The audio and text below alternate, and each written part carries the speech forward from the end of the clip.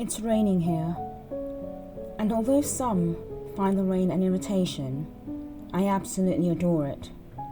It drowns out all the noise and frustration from the outside world. And for that brief moment in time, it's just me and no one else. I have a system. I pull the blinds or the curtains. I'm travelling at the moment, so I get whatever the accommodation has. And in Budapest, it's blinds. Cocooning myself this way helps me escape. I find it so much easier to plot characters, what happens next, come up with new ideas, and perhaps if I'm stuck, dig up old ones. One thing I always have on me, no matter where I am, is candles. Something about the glow of flickering candles gives a soothing presence and makes me feel otherworldly, like I'm in the book with my characters. It may seem strange, and you might have to experience it to understand. But dimming the lights, closing the blinds, shutting out the outside world with music and candles makes for a very satisfactory writing experience. Some people use it for romance, but I've always been a nerd. Today, I will be plotting a character. I tend to write my characters out and get to know them on a more intricate level. Today is Mordella, powerful witch, proud heathen, but deeply troubled. A character in my Heathens series. Now I am working on book 2 of the series, and she was introduced in book 1.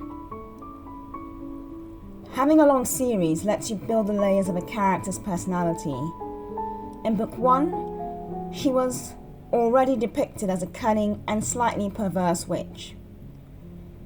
Mordella holds a special place for me, as she reminds me of someone I used to know.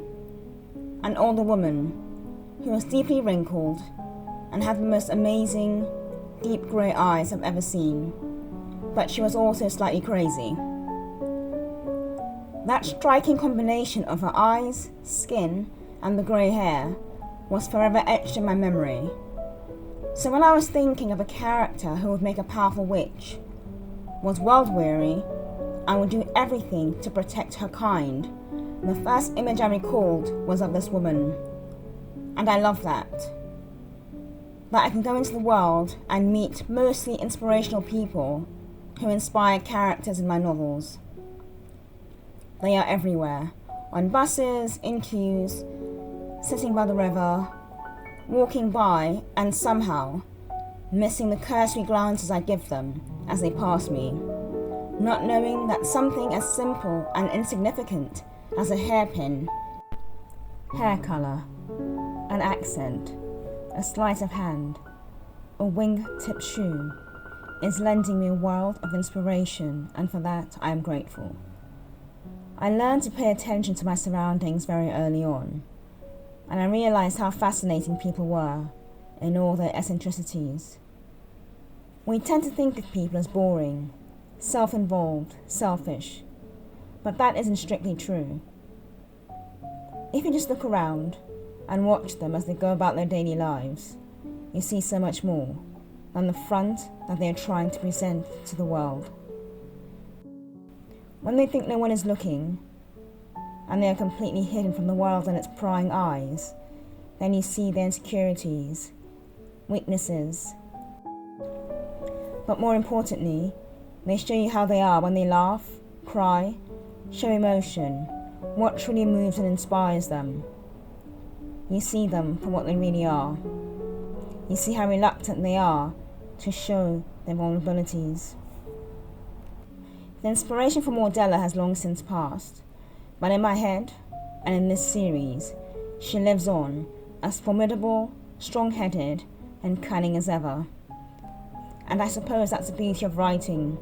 You are able to immortalise the people you used to know. I do think about her every day, when I take a glimpse at my books, or a reader writes to me, or my editor comments on the character. And it saddens me slightly to realise that she will never get to see or hear of this character that she inspired.